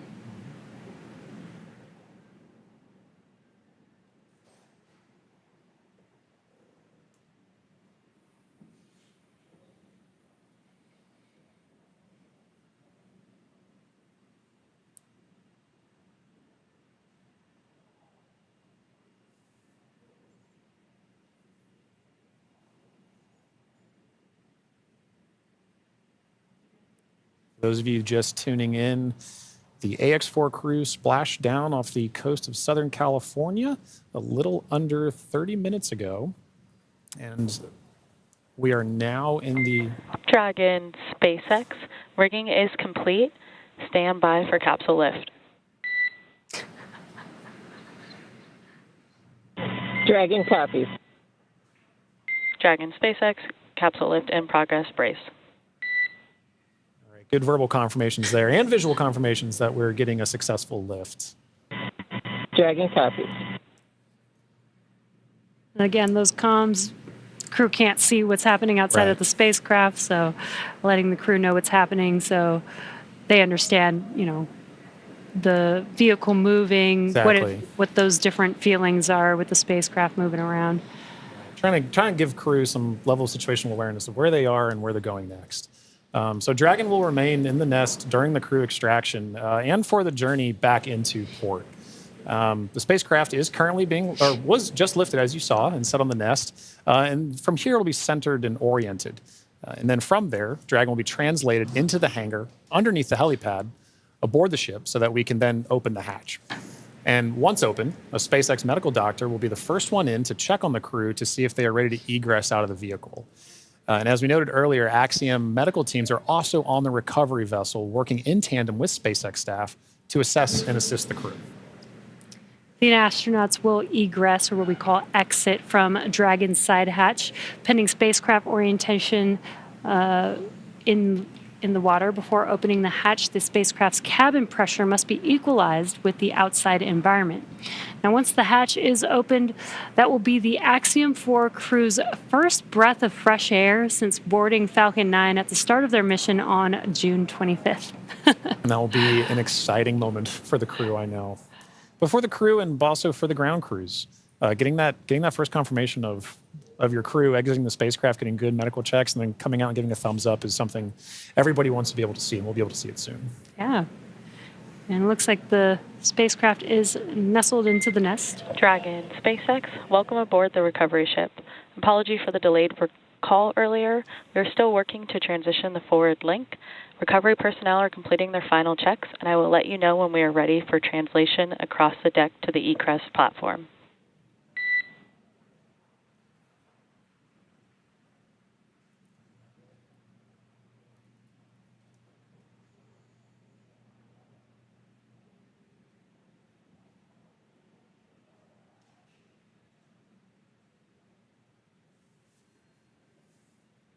Now, they are de-rigging the spacecraft, but they're also doing some final sniff or leak checks and then covering the thruster locations prior to opening that hatch. Let's just make sure that the vehicle is more than safe for the crew members to exit the vehicle.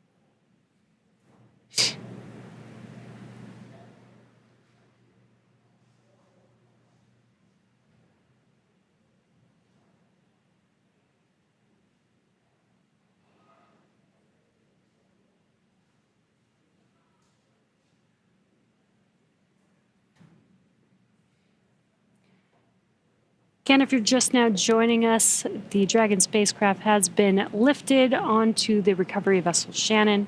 Now the recovery crew is safing the vehicle. They're putting some covers on the thrusters of the vehicle just to ensure, now that the spacecraft is no longer in operation, we don't need those thrusters. They did some sniff checks before they put some covers on it. SpaceX, comm check. We have you loud and clear in Dragon. Copy that, Dragon. We have you the same. Welcome aboard the recovery ship. We are working to troubleshoot the forward link transition. Stand by for translation across the deck. I'll let you know when we're ready for that. Okay, copy.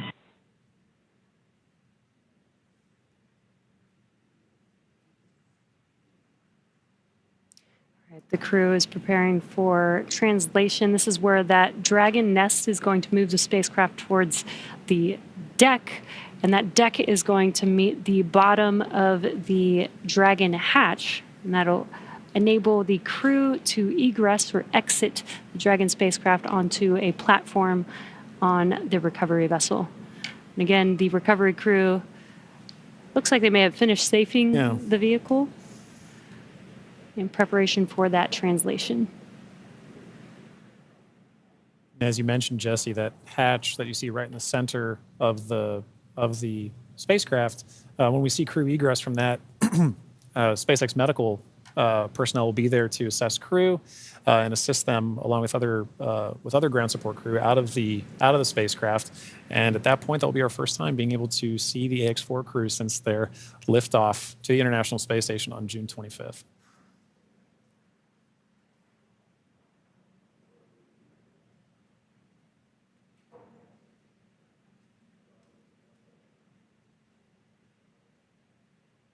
On a side note, I do love seeing crew go into and come out of the hatch, whether it's the side hatch or whether it is the docking port. I love seeing the smiles on their faces.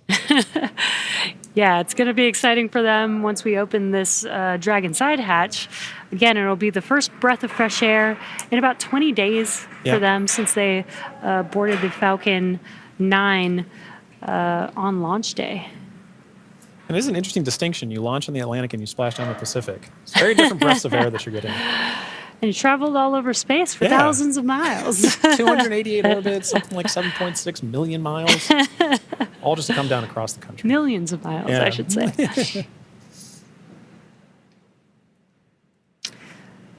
It's definitely a great passport to have. It is.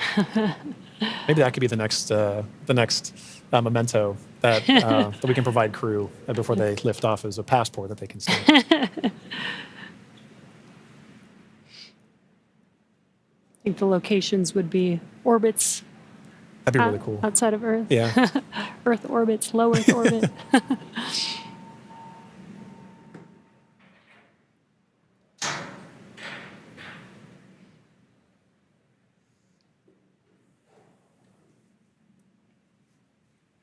Again, next up, we are expecting the translation of the Dragon spacecraft named Grace, named by the Axiom Mission 4 crew. Again, the spacecraft will translate in preparation for hatch opening and exiting of the vehicle. A few moments ago, Core spoke with the AX-4 crew to let them know that the translation will be happening soon. Dragon SpaceX, final checks are complete. Translation across the deck to the egress platform will begin shortly. There is a chance that we get a lot of alarms. No concern. Dragon copies.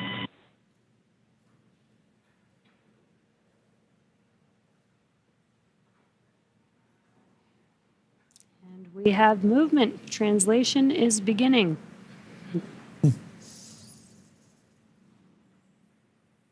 Some residual ocean water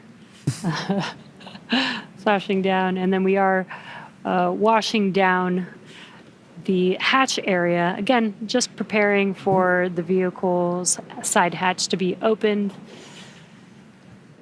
Getting some of that salt water off, maybe some of that plasma from reentry off. Right, all nominal processes to ensure that that crew can safely egress the vehicle, but also that ground personnel are safely protected while handling the spacecraft and crew as well. So at this point, we can see SpaceX personnel positioning themselves to support in this, as well as the spacecraft making final approaches to that upper landing pad for crew to egress the vehicle.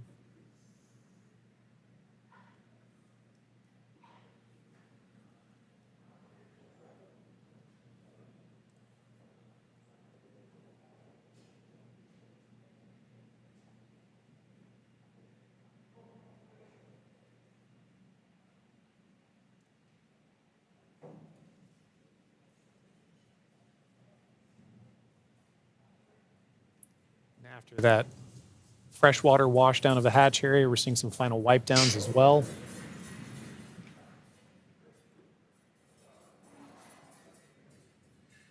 For those with a keen eye as well, you can see on the side of Grace, as it was making its approach towards the upper landing, the Axiom logo proudly displayed on the spacecraft. We had some great shots during the docking footage of SpaceX, Axiom, making a beautiful image of the vehicle docked to the International Space Station. It's a little worn. Toasty. A little toasty. A little toasty. All part of nominal ops, though. 3,500 degrees Fahrenheit That'll will do do that. that.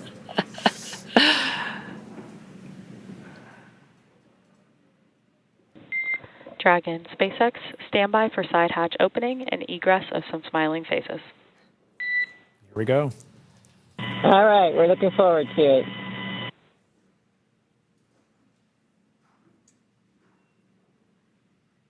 They are just about to open that side hatch. And again, first person that'll greet the crew will be the medical officer.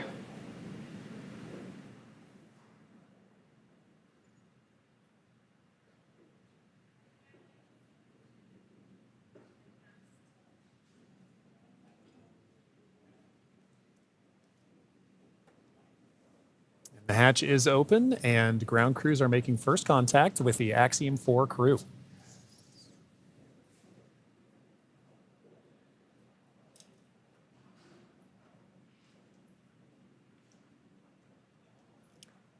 And you see that square looking tool, that's just a protector for the hatch seal for while the crew egresses.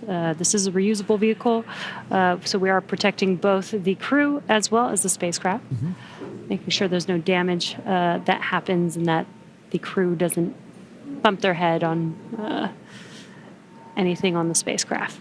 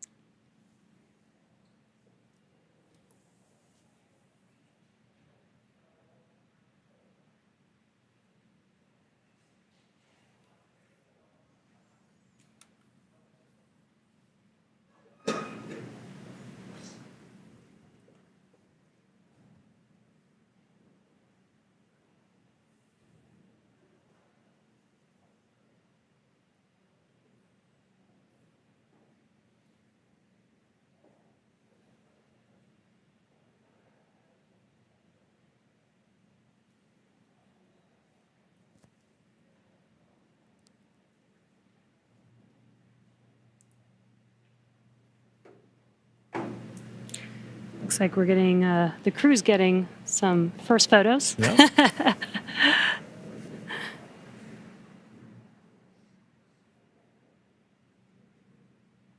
That's a good sign that they had good initial comms with medical personnel. So this time we are now just, if you're just joining us, we're waiting for the AX4 crew to egress or exit the Dragon spacecraft, also known as Grace, as part of the conclusion of their more than 20-day mission to the International Space Station.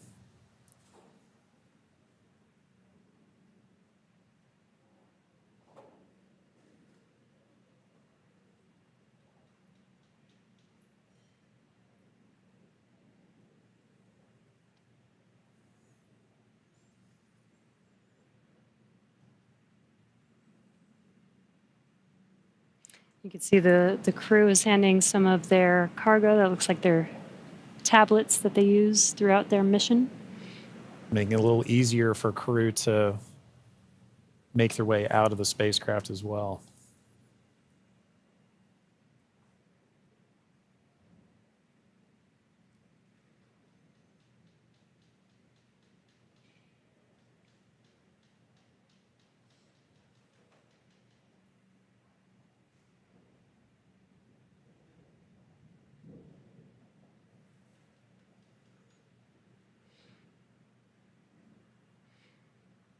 Looks like they just removed the footrests.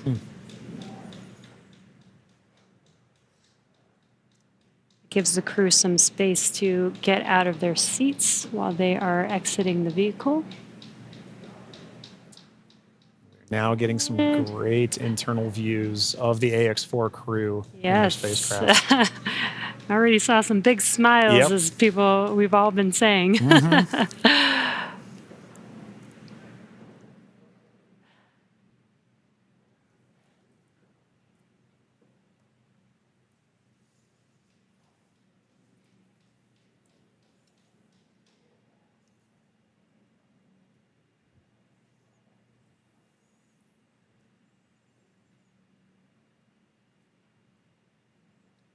As we wait for the AX4 crew to egress the vehicle, you can see ground crew is still putting in aspects of I'm not going to call it rigging, but hardware to help the crew get out of the spacecraft more easily. Reminder that they've been in microgravity for a little over 20 days, and occasionally your first few steps back on Earth can be slightly challenging. It's a little different in microgravity than dealing with the gravity here on Earth.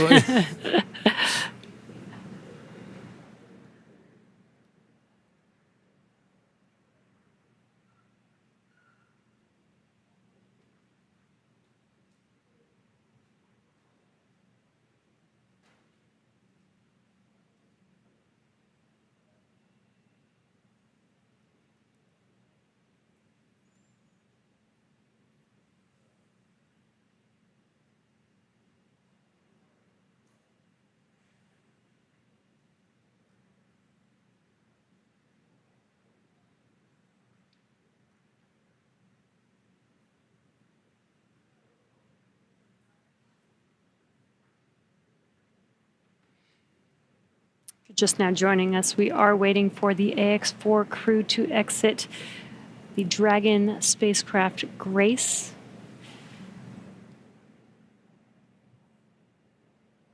Peggy, Shooks, Suave, and Tibor are at the end of their Axiom Mission 4. After 20 days in space, 18 on board the International Space Station. 18 days.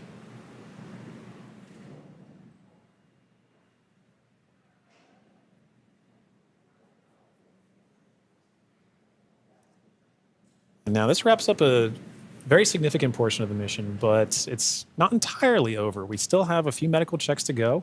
And then in addition to that, the AX4, all the research done on the AX4 mission is all going to be in a world of post-processing, analysis, assessment, and that's all part of it, as well as crew debriefs. So, following after crew egresses the spacecraft and gets good medical checks, at that point we'll be getting the crew back home and then continuing the final, we'll call it terrestrial-based operations of the That's AX4 right. mission. I guess it's more of the end of the space-facing portion of the mission. Operational phases. We're still going to take our time to get there. You can see ground crews are still working with the crew members and hardware inside. They've established some ground support equipment to help in the aid of the AX4 crew getting out of the spacecraft.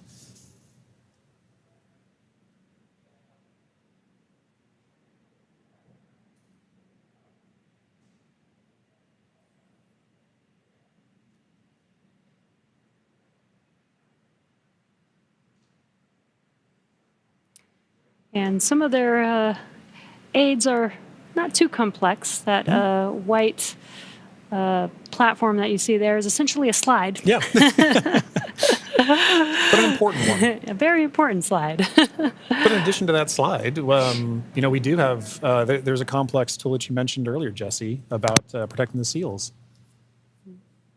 We can see now crew looking to make, the first crew members looking to make their egress from the spacecraft along that slide. Sliding out.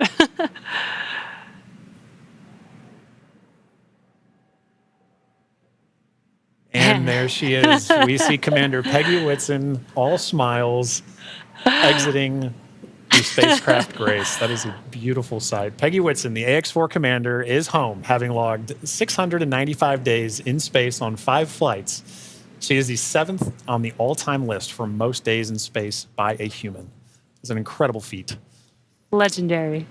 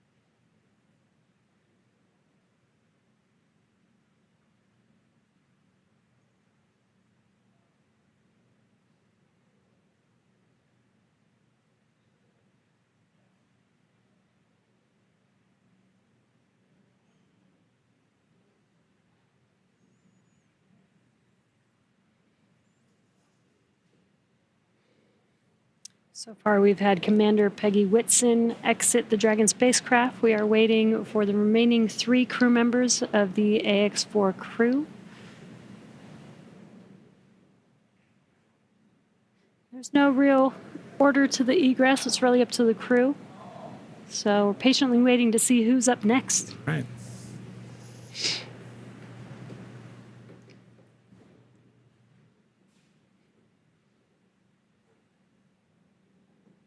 If Peggy is in the indication, which I think she is for this particular crew, we'll see another big smile coming out of the Dragon spacecraft in a moment.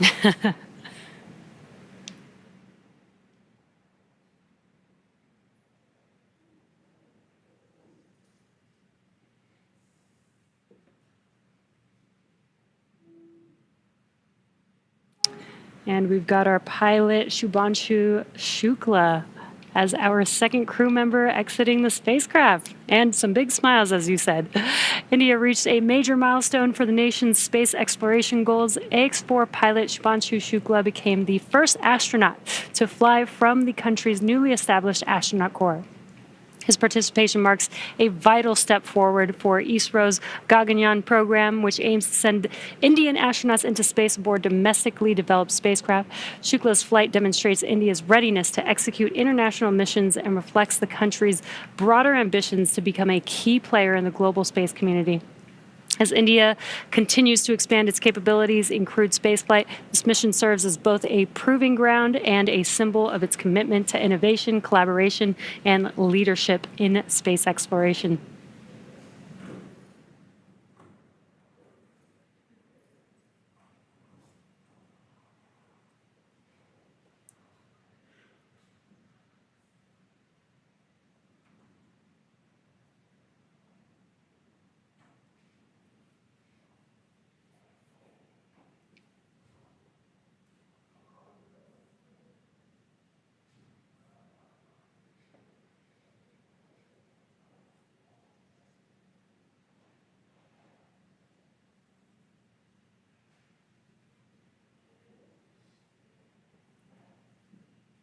Now, at this time, we are waiting for the mission specialists of the AX-4 mission, Sławosza Uznańskiego-Wiśniewskiego of Poland and Tibor Kapu of Hungary, to now egress the Dragon spacecraft.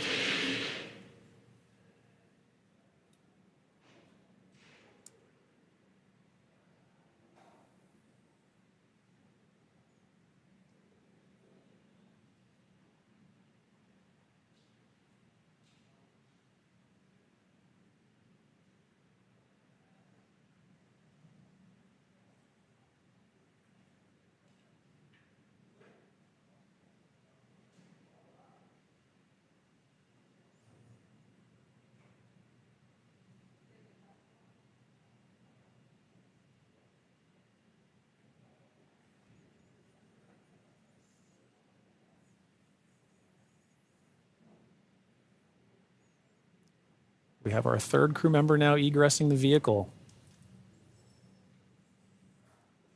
And there is Sławosza Uznańskiego-Wiśniewskiego of Poland. Sław is all smiles for this, which I love to see. Now, Poland's participation in the AX4 mission through the Ignis program marked a pivotal step in the country's growing role in space exploration. Astronaut Sławosza Uznańskiego-Wiśniewskiego, flying in partnership with the European Space Agency, led a research agenda focused on some of the most pressing challenges in human spaceflight: mental health, artificial intelligence, and radiation monitoring. These areas are critical not only for ensuring astronaut well-being on long-duration missions, but also for enabling safe and sustainable exploration beyond low Earth orbit. The Ignis mission reflects Poland's strategic investment in cutting-edge science and its ambition to contribute meaningfully to the future of deep space travel. It also signals a broader shift in Europe's space landscape, where emerging space nations are taking on increasingly vital roles in shaping the next era of exploration.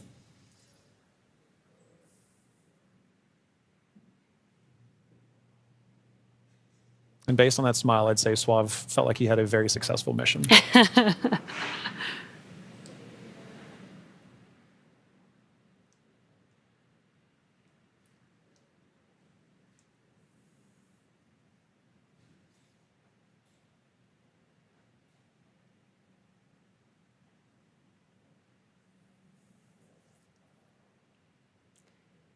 Three of four crew members have exited the Dragon spacecraft. We're now just waiting for the final crew member, Tibor, to exit the spacecraft here.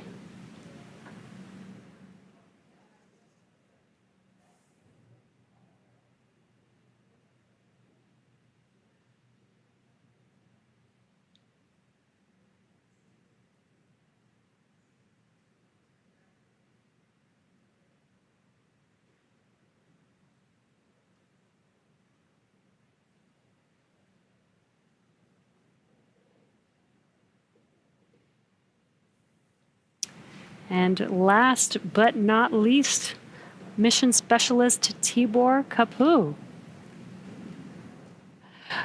Hungary marked a significant milestone in its space ambitions with the AX4 mission as astronaut Tibor Kapu became the first Hungarian to reach the International Space Station, and all smiles from him there.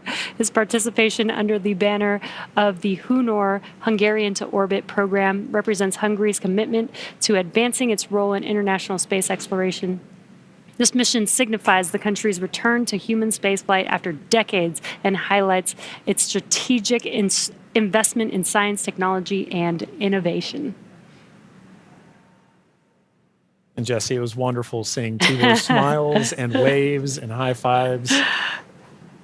You knew how important this mission was to the crew as they were prepping for it and throughout the mission, and seeing them be able to egress with the same smiles that they went into the capsule with, or into the spacecraft with.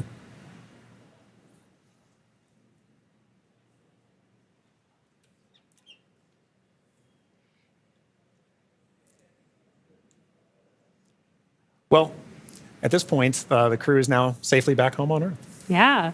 Now that our crew are safely back home on Earth and getting the first checks by SpaceX and Axiom space medical teams, we're going to wrap up our live coverage of their historic return.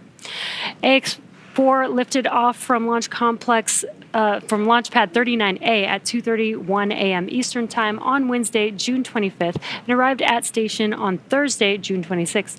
They spent about 20 days in space and 18 of those days on the International Space Station before undocking yesterday. And then this morning at 2:31 a.m. Pacific Time, they splashed down off the coast of San Diego, California. What an amazing journey it's been for them so far. Yeah, it's been absolutely incredible. And Jesse, it's been fantastic again sharing the desk with you. Thank you so much for joining me on this, and I'm glad we got to spend this time together. But now this crew's entire trip is home, we're ready to move on to the next phase of the mission. So to SpaceX, thank you for an incredible flight and taking such great care of our crew. To NASA, the International Space Station partners, and the Expedition 73 crew, thank you for helping make the efforts of the AX4 mission possible. We're really looking forward to collaborating with everyone again soon. And a special thank you to ISRO, ESA, and Hunor for entrusting us with this mission. And to all of you watching at home, it's been an honor and a privilege to share the journey of Peggy, Shooks, Sław, and Tibor to space and back again. So as we bring this mission to a close, we celebrate how the AX4 mission continues to demonstrate that the opportunities presented in microgravity have now grown to include more countries, more institutions, industries, and individuals than ever before. Through missions like this, we're redefining the pathway to low Earth orbit and building for beyond. So be sure to check out axiomspace.com to learn more about flight opportunities available along our journey to the world's first commercial space station. I'm John Rackham, and we're now signing off with a final welcome home to the crew of AX4. And I'm Jesse Anderson. Thanks to everyone for joining us on another successful mission to the International Space Station. Check out spacex.com/launches for updates and for the schedule of upcoming missions. And be sure to follow at SpaceX on X. And that'll do us for us here in Hawthorne. We'll see you on the next mission. Welcome home.